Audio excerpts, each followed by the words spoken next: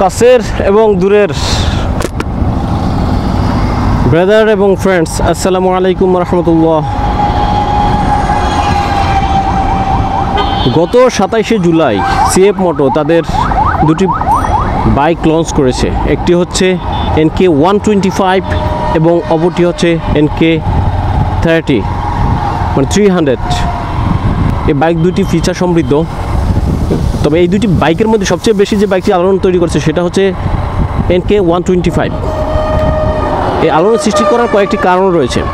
যখন ইউটিউবে বাইকটি ব্যাপকভাবে ভাইরাল হয়ে যায় এর ডিজাইন এবং ফিচার নিয়ে, তখন কিছু বাইকার আবার মানে যারা বাইকার নয়, তারা মূলত ইউটিউবার বলা চলে, বাইকার না, তারা বলছে যে এত লাফালাফি করার কিছু দরকার নেই, আহামরি এরকম বাইকে কিছু নাই। এখন সেটিকে জাস্টিফাই করার জন্য আজকে ভিডিও যে আসলে কি সিএফ মোটো NK125-এর সেই রকমের কিছু নেই। NK125-এর সাথে বর্তমান বাংলাদেশে প্রচলিত যতগুলো 125 সেকশনের বাইক রয়েছে সেগুলোর সাথে একটা তুলনা দিলে বোঝা যায় যে আসলে এই বাইকটিতে কতটুকু বেশি রয়েছে বা এই বাইকটি কেন অন্যদের থেকে আলাদা। তাহলে চলুন, আমরা স্বাভাবিকভাবে বাংলাদেশেই কিন্তু অনেকগুলো 125 সিসির বাইক রয়েছে। এখন NK125-এর সাথে কম্পেয়ার করার জন্য কোন বাইকগুলোকে আমি সামনে নিয়ে আসবো। এক হচ্ছে আপনার KTM ডিউক, KTM 125, যে KTM-এর যে বাইকগুলো, সেগুলোর প্রাইস মানে যে প্রাইসে সেগুলো বাজারে এসে তারা মার্কেটিং করছে, সেল করছে, সেগুলো আসলে এটা কম্পেয়ার করার মতোই না। আমি KTM ডিউকে এখানে রাখবোই না। এরপরে যেগুলো আছে সেটা হচ্ছে আপনার হিরো এক্সট্রিম 125 এবং TVS রাইডার, আর আছে হুন্ডার SP 125। এই তিনটি বাইকের সাথে আমার এই চাইনিজ বাইক NK125-এর একটা কম্পেয়ার করব। তাহলে আপনারা বুঝতে পারবেন যে আসলে যারা অলরেডি রিউমার ছড়াচ্ছে যে এই বাইকটিতে তেমন আহামরি কিছু নাই বা অনেক কিছু আছে, এটি আপনারা জাস্টিফাই করতে পারবেন।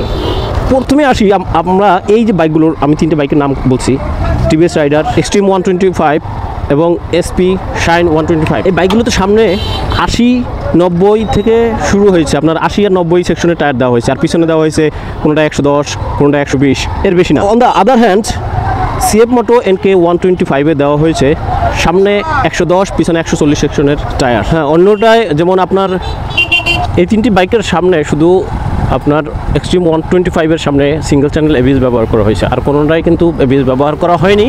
আর অনেকে কিন্তু পিছনে ড্রাম ব্রেক ইউজ করছে, ডাবল ডিস্কও ব্যবহার করেনি।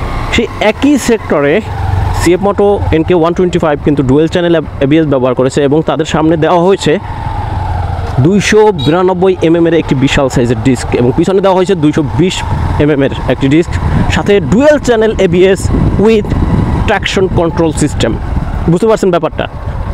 125 সিসির বাইকে ডুয়েল চ্যানেল ABS-এর সাথে আপনার ট্র্যাকশন কন্ট্রোল সিস্টেম ইউজ করা হয়েছে। তাহলে এই যে ব্রেকিংয়ের ক্ষেত্রে আমি আরেকটু বলি, সেটা হচ্ছে সামনে USD সাসপেনশন রয়েছে, গোল্ডেন কালার USD সাসপেনশন রয়েছে এবং আপনার 4 পিস্টন ক্যালিভার রয়েছে। তাহলে ব্রেকিংয়ের নিরাপত্তার জন্য সিএফ মোটো কিন্তু কোনো ধরনের কম্প্রোমাইজ করেনি। তারা হাইয়েস্ট লেভেলের ব্রেকিং সিস্টেম দেওয়ার চেষ্টা করছে তাদের রাইডারদের জন্য। এখন বলেন, আপনি এই ক্ষেত্রে বলেন যে এটা নিয়ে কি হয় না, বলা যায় না যে 125 সিসির সেক্টরে সিএফ মোটো NK125-এর সবচেয়ে উন্নত মানের ব্রেকিং সিস্টেম ব্যবহার করা হয়েছে? অবশ্যই বলা যায়। টায়ারের ক্ষেত্রেও সেই একই কথা, যে অন্যান্য 125 সিসির বাইকগুলোর চেয়ে সিএফ মোটো NK125-এর টায়ার মোটা এবং উন্নত মানের। হ্যাঁ, আসুন তাহলে অন্যদিকে যাই। এর সম্পূর্ণ লাইটিং সিস্টেম হচ্ছে LED, হ্যাজার্ড লাইট সহ এর প্রত্যেকটা লাইট হচ্ছে LED। হ্যাঁ, যা অন্য বাইকগুলোতে আপনি পাবেন না। আপনার এর ট্যাঙ্কে দেওয়া হয়েছে 12.5 লিটারের একটি মাস্কিউলার ফুয়েল ট্যাঙ্ক দেওয়া হয়েছে 12.5 লিটারের। সাথে EFI থাকার কারণে অন্যান্য বাইকের তুলনায় এই বাইক থেকে আপনি মাইলেজ ভালো পেয়ে যাবেন।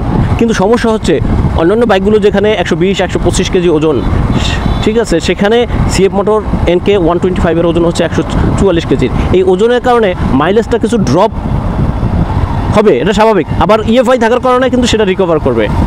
হ্যাঁ, তাহলে অ্যাভারেজে কিন্তু সেম পাইলাম, একদিক থেকে মাইলেজ ড্রপ করবে, অন্যদিকে ইএফআই থাকার কারণে মাইলেজটা একটু বৃদ্ধি পাবে। আর ইঞ্জিন সম্পর্কে যদি কথা বলি তাহলে তো বলাই, আপনি বুঝতে পারবেন ব্যাপারটা। যেখানে অন্যান্য বাইকগুলোতে 11 বিএসপি 11 এনএম টর্ক দিয়ে শেষ করছে, সেখানে আপনার সিএফ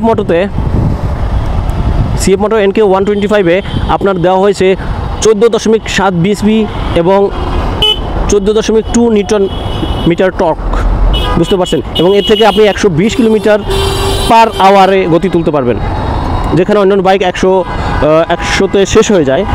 এক্সট্রিম 1, আমি যদি আপনাদেরকে ফুল স্পেসিফিকেশন বলি তাহলে বলতে হয় যে সিএফ মোটো NK 125-এ রয়েছে 125 সিসির একটি লিকুইড কুল 4 stroke 4 bulb single cylinder EFI এর একটি engine.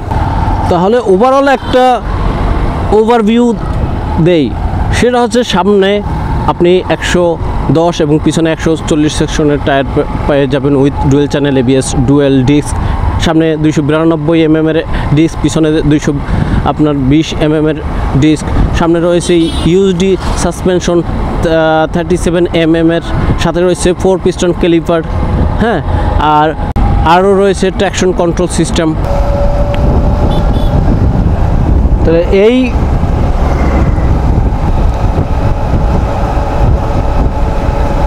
Premium looks, premium quality, 35 থেকে 45 একটা মাইলেজ, বিল quality 100%, braking system, fat tyre হবে, ডুয়েল চ্যানেল ABS হবে, TS এবং স্লিপার অ্যাসিস্ট ক্লাস থাকবে। ফ্রেন্ডস, সর্বোপরি বলা যায় যে এই ধরনের বাইক এর সিসিটা আপনাদের কাছে খুবই কমন একটা সিসি, যে 125 সিসি, কিন্তু এর বিল কোয়ালিটি যদি আপনি সামনে থেকে দেখেন তাহলে বুঝতে পারবেন যে এই ধরনের বাইক বাংলাদেশে প্রথম। ইভেন বাংলাদেশে যত প্রিমিয়াম কোয়ালিটির বাইক রয়েছে তাদের বিল কোয়ালিটিও এই বাইকটির, এই সিএফ মোটো 125 সিসির 125 NK এর বিল কোয়ালিটির আশেপাশেও না। তো এরকম একটি বাইকের দাম কত হতে পারে বাংলাদেশে এখন আমি অনুমান করে বলতে পারছি না। তবে তারা যদি বাইকটিকে বাংলাদেশের মার্কেটে চালাইতে চায়, পপুলার করতে চায়, তাহলে তাদেরকে 3 লাখের নিচেই 2,60,70 যে অর্থাৎ 160 সিসি কিংবা 155 সিসির যে বাইকগুলো আপনার কমিউটার যে বাইকগুলো রয়েছে সেগুলো যে প্রাইস আছে সেই প্রাইসের সমতুল্যই রাখতে হবে। এর বেশি রাখলে মানুষ এটিকে প্রত্যাখ্যান করবে। তাহলে বন্ধুরা, ভিডিওটি এই পর্যন্ত। সবাই ভালো থাকবেন, সুস্থ থাকবেন। আসসালামু আলাইকুম রহমতুল্লাহি ওয়া বারাকাতুহু।